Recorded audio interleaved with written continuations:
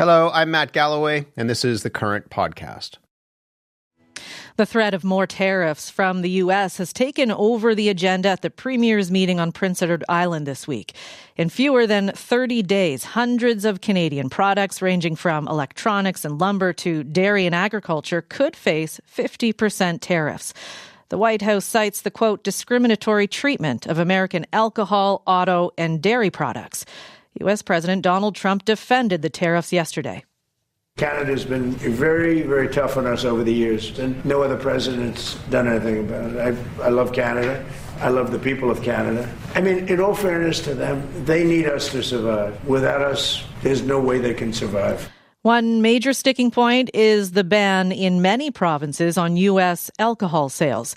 The Distilled Spirits Council of the U.S. says exports to Canada plunged 63% in 2025, with every province except Alberta and Saskatchewan keeping American liquor off store shelves. And yesterday, BC Premier David Eby vowed to keep that ban in place. As a country, that we know what we stand for, we know who our friends are, and we're willing to stand up for those things. There is not a chance in hell that U.S. alcohol is going back on the shelf in British Columbia, and I'm proud of that, and I know the British Columbians support that. The premiers met virtually with Prime Minister Mark Carney yesterday and will meet with him in person tomorrow. But divisions are emerging on the best path forward. Ontario Premier Doug Ford and Alberta Premier Danielle Smith, for example, had different views on potential retaliation.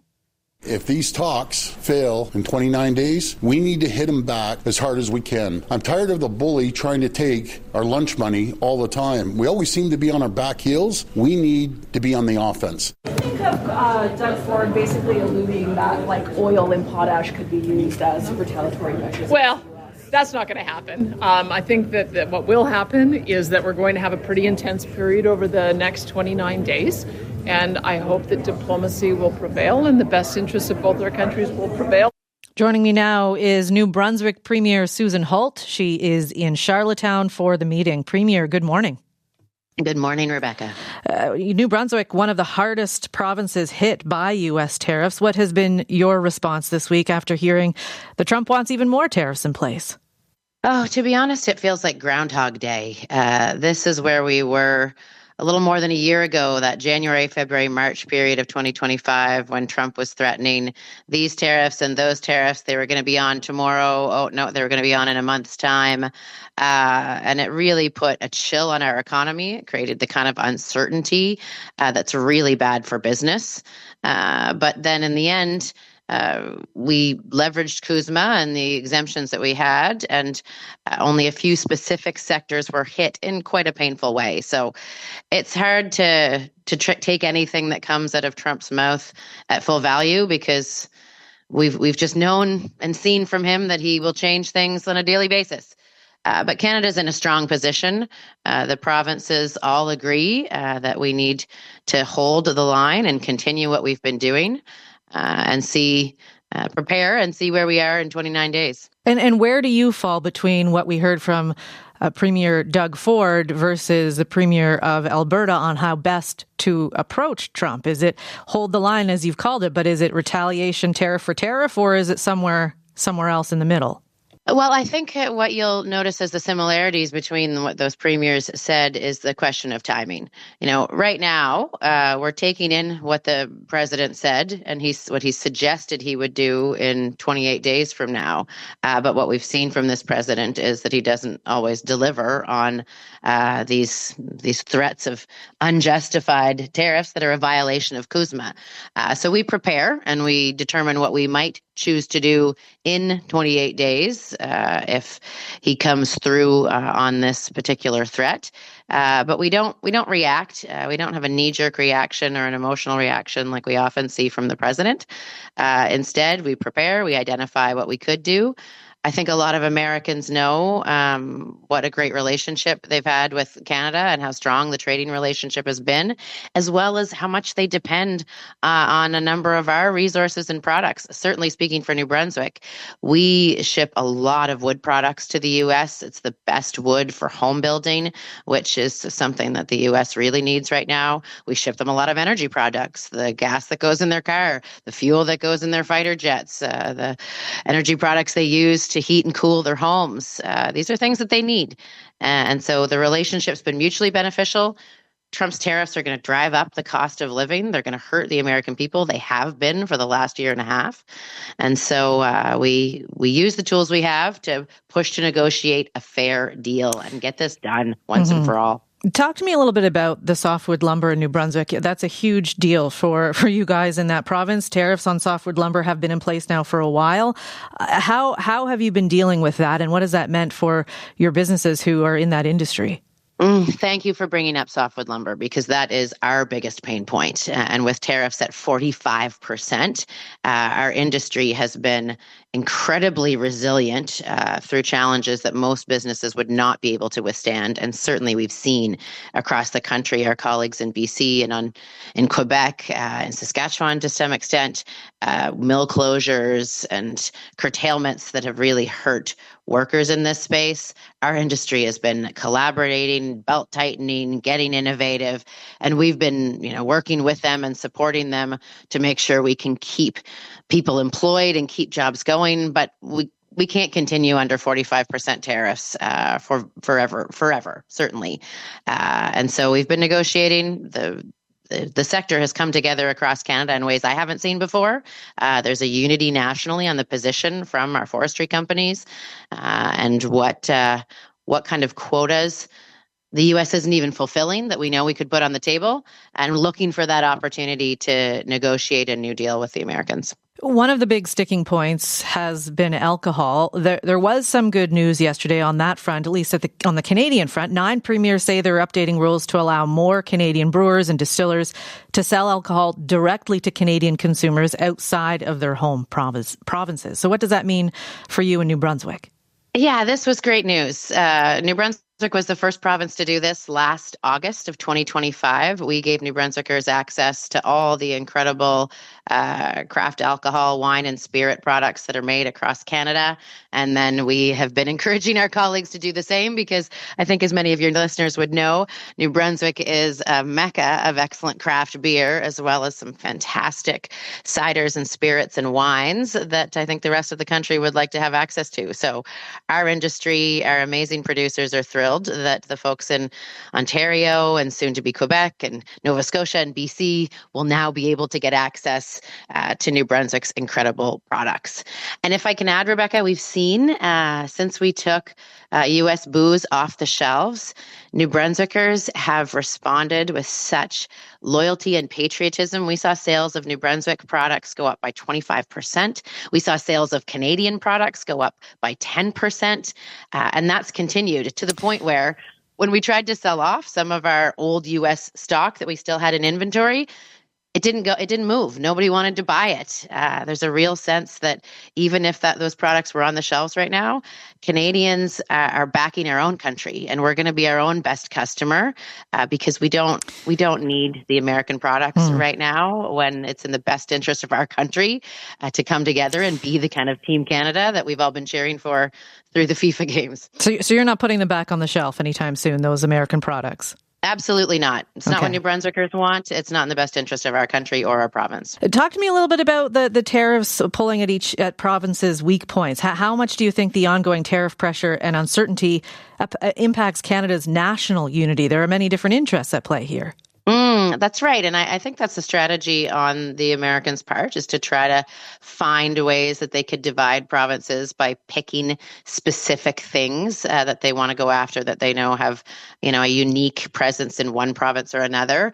But we see that. And we have been fighting together as Team Canada for pretty much since I got elected about 20 months ago. It was December of 2024 when all the premiers got together in the face of these tariff threats and agreed that we can't be hived off and made to fight against each other, that we're going to be in constant conversation and make sure that Team Canada continues to stand together in the face of these threats and supports each other. Like I said, we're going to be each other's best customers, and we can buy from BC and Saskatchewan, whether we're talking about steel products or wood products or other things that are exposed to tariffs, and support each other through this, because if we fracture apart, then it's going to be bad for all of us. I know you had a virtual meeting with the Prime Minister yesterday. You're having an in-person meeting on Thursday. What have you heard from the Prime Minister, and what more do you expect to hear and going forward, so that you're all on the same page? Because I think the unity part is a big thing we've been hearing.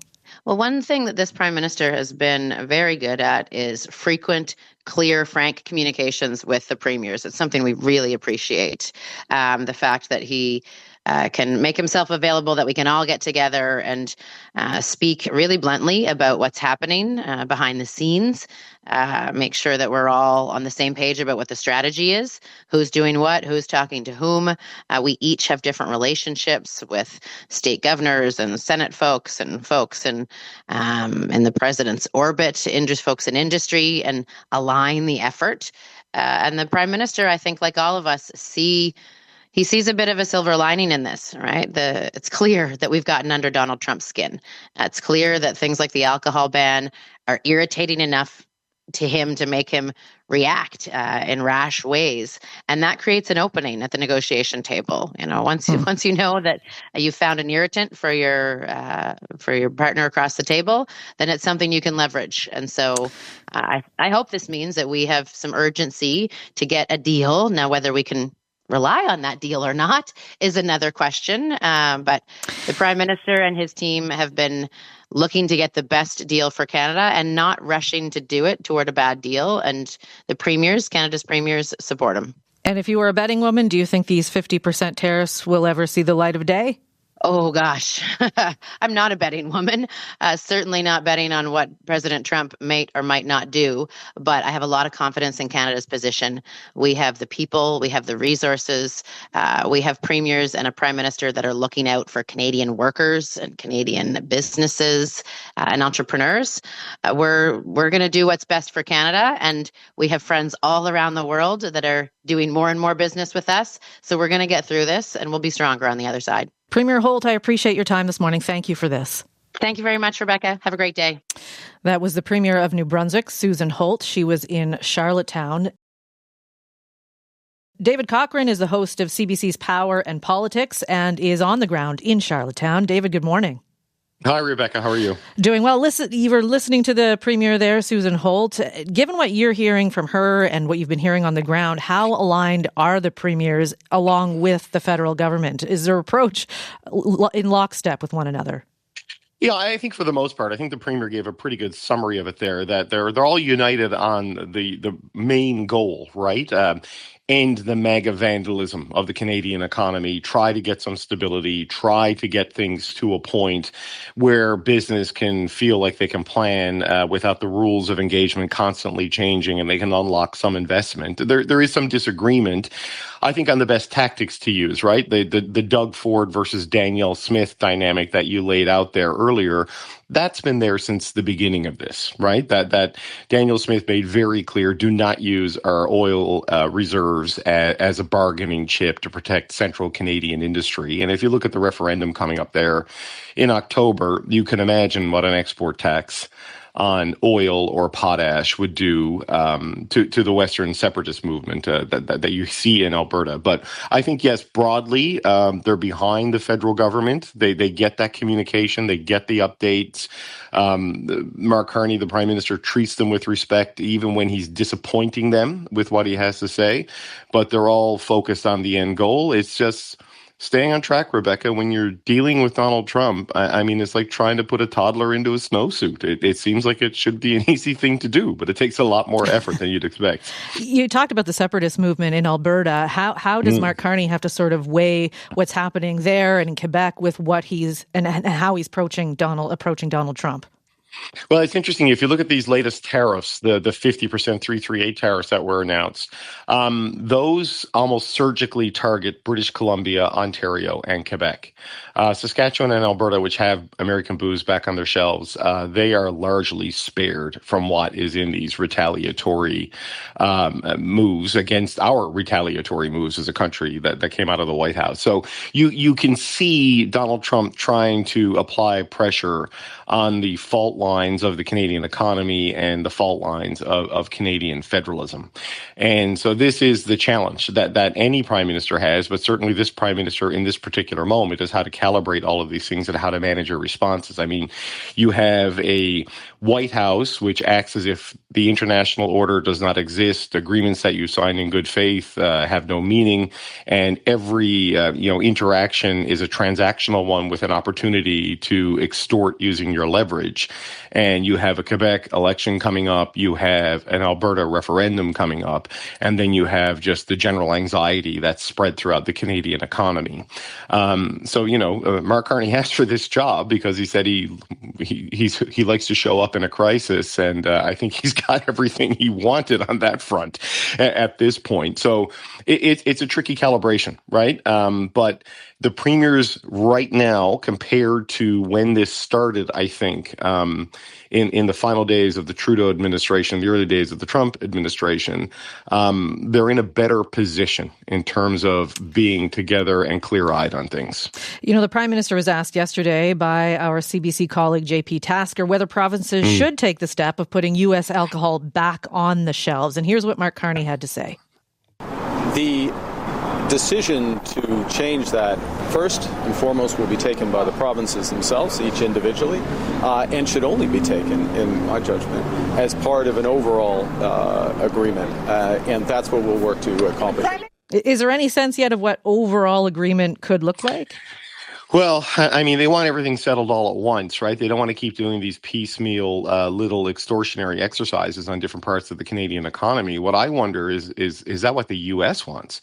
You know, yes, the United States business community wants that, but what about the administration? Because what we've seen so far is, you can't even open the Gordie Howe Bridge with an agreement that's been in place for decades without that being a point of leverage, right? So it seems like rather than doing an overall comprehensive agreement, the United States sort of wants to pick apart all the individual pieces of the economy and apply leverage against each one to try to, put a thumb on the scale in favor of the United States and using market access and economic and political dominance to do that.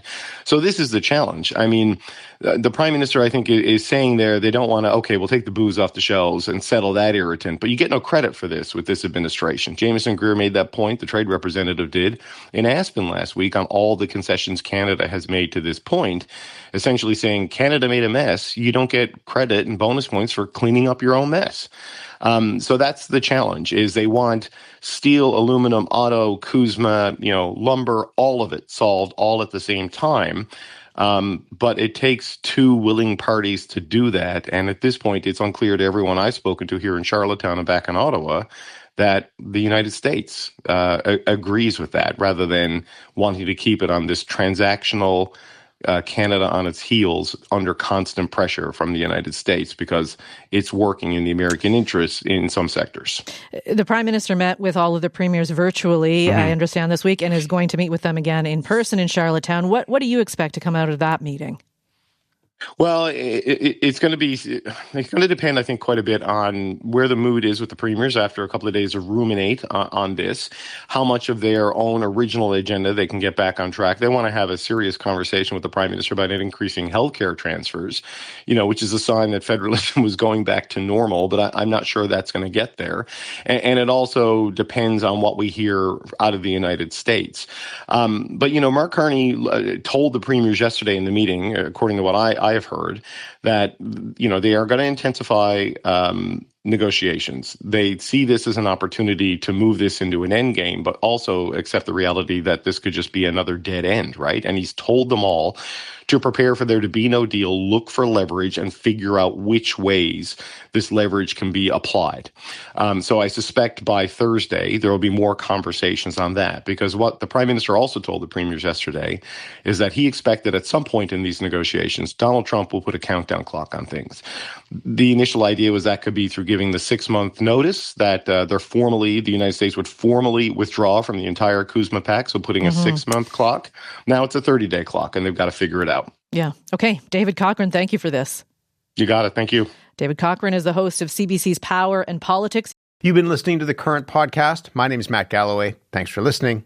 I'll talk to you soon.